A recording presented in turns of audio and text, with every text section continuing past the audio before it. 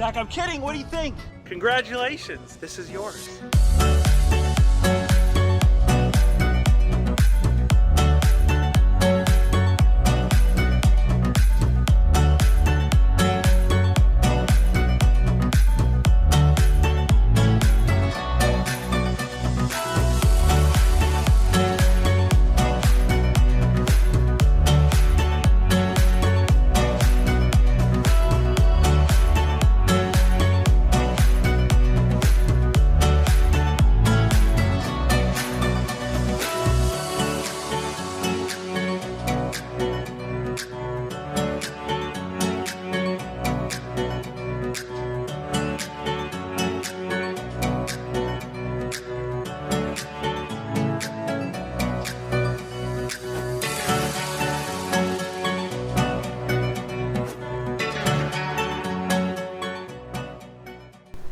Today was my first day able to drive this thing around, and it is really fun.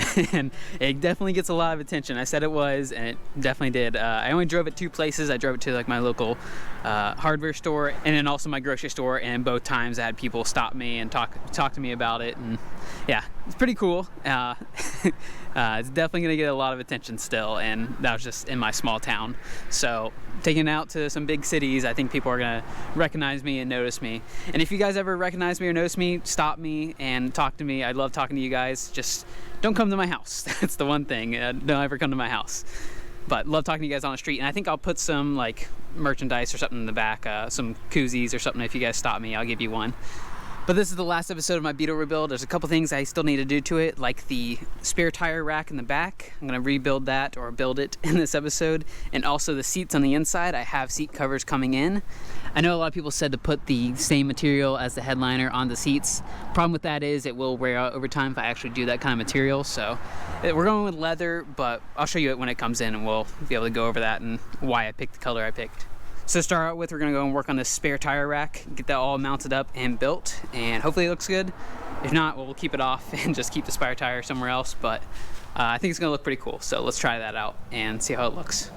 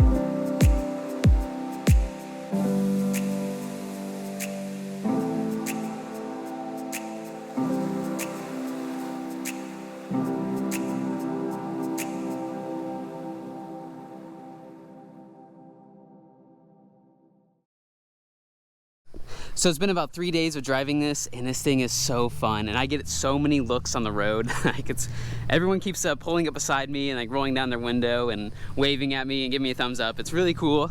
I love it a lot. Spare tire holder works great. It folds down really good. Everything about it works very good.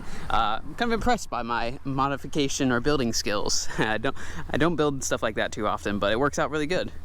I had a little bit of an accident. Well, it wasn't really even an accident. My undercarriage plastic engine cover fell down and it kind of bent back all my plastic underneath here and popped this thing out. Lost this little marker light and had to replace that. But other than that, everything else is great. I have the plastic. I had to cut it off because I didn't have any zip ties or anything with me to fix it. But it like came undone right here and messed up. So I don't think this is a really important piece anyway, so I'm not gonna worry about it. And the tires sometimes hit the inner liner too, so I'm not really worried about it at all. I already ordered a new marker light, so that will come in pretty soon and just fix it. Drives pretty good on the road. I can get up to about 70 miles an hour before the steering wheel starts vibrating a little bit. I might take it in for alignment or something, try to get that out of there, but I'm not really planning on going much faster than 70 miles an hour, so other than that, it works great. Now onto my next thing, which is pretty exciting. I have new seat covers in. Here's the color I went with. I went with a brown leather, and the stitching is kind of like a light tan, like an off-white color to match the outside white, and then the tan to match the rest of it, or the brown to match the rest of it.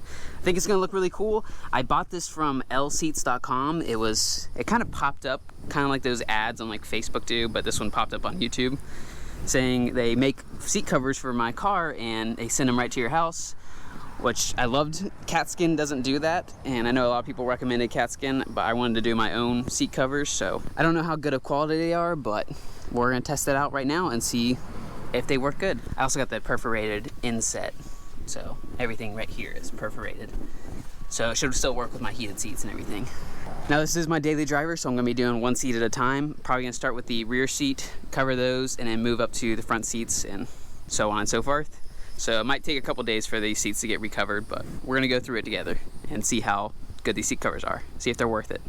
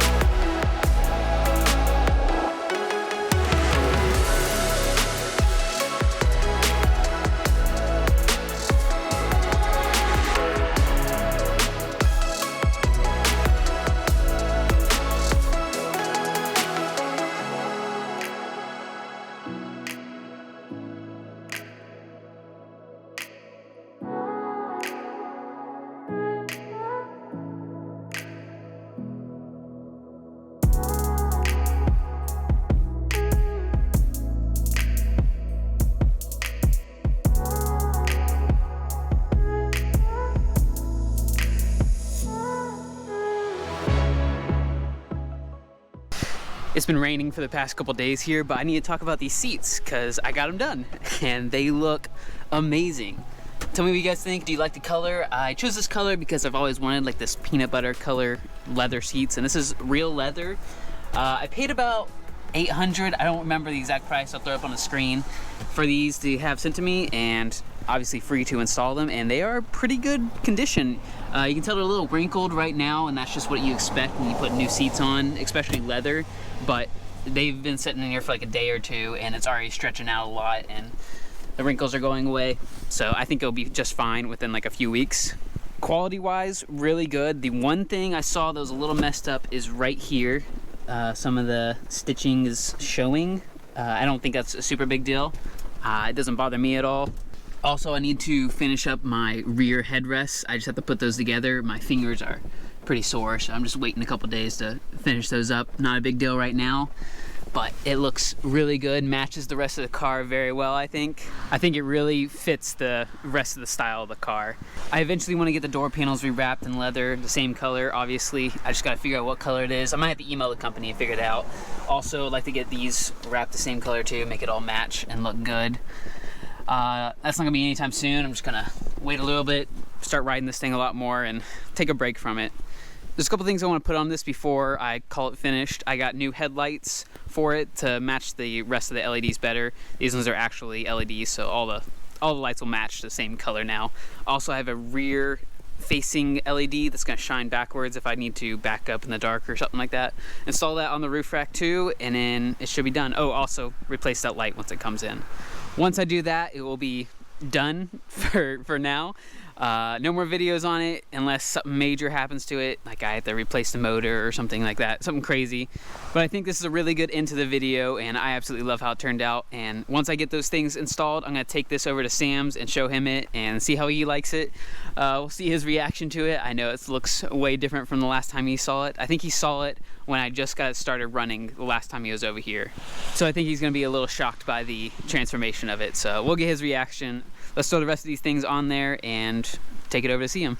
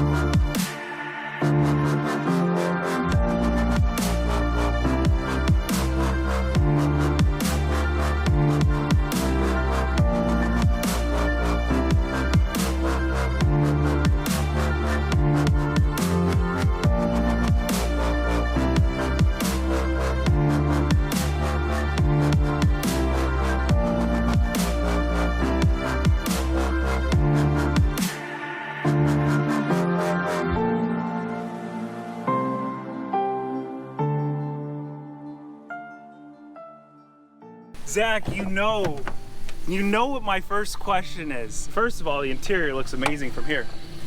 What does it smell like? Because when we got it, you can fix anything. Oh, yeah. But it smelled like smoke, and I'm like, Smoke, oh no. Really bad like smoke. And not only did I buy Zach a car with a bad engine, it has smoke smell on it, but I see you basically recovered everything. I see, yes, a new headliner, so here's a sniff test. Oh, amazing. I mean, it's gone. This is like the first car I could say someone actually removed smoke odor from, but that's because you literally redid everything in the interior. No, you've seen the paint job. I've not seen it in person. Oh yeah, you haven't seen the paint job in person. No, it looks awesome. And I love how you did the interior too, because obviously that's the Beetle theme. Yep. You got to do the outside color to the inside. Exactly. So, and it's real. So you can tell people, you're the guy at the car show that has a sign, touch my car, please touch my car. You don't have to worry about people rubbing up against it.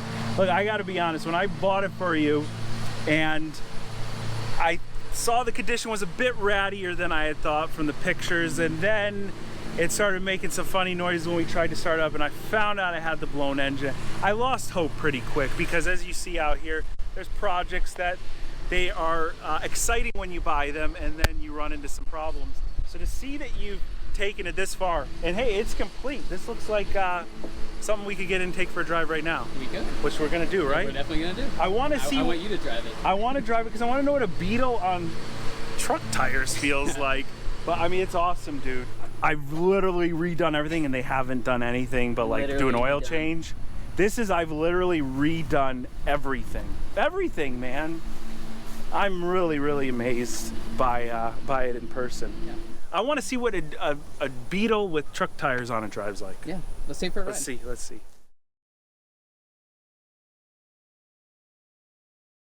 So, as we're driving along, people are giving us the thumbs up. Some guy wanted to race us. Oh yeah, we did race someone. And one of the reasons why I think it has a boost leak is because we were an old Ford Focus with like a 4-cylinder, not an ST or anything, was keeping up with us pretty good. Yeah. So who knows? I mean, we didn't see underneath the hood. You know, it might have been. Maybe crazy. Not, but I think it could just be the tires, Zach. I'm crazy and whatnot, but you've definitely accomplished what you set out to seek, which is to gain the attention of everyone around you. It is really cool, man. I really like. I mean, again, I already offered to buy it back from you. You did. But no, this is awesome. Again, that you're able to just take a car that was literal junk. I felt so bad, dude. I'm like, okay, we'll get it running. I've told this story a million times. I thought for sure you're just gonna get it running and you're gonna have a bunch of body work. I think after the video, you were like, yo, if you want to like run it back through auction, I did say that. I like, seriously, no, I loved it.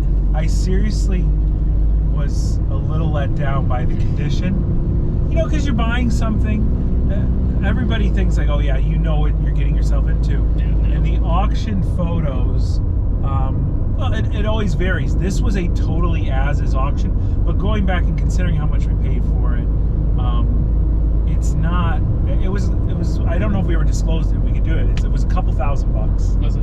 Yeah, I didn't know how much it cost. It was a little bit over $2,000 all in, and if you consider that today, a regular one of these cars with the mileage on the odometer, which it actually has less mileage because there's a replacement engine in it, would sell for like, I think 11 to 13,000 in the turbo model.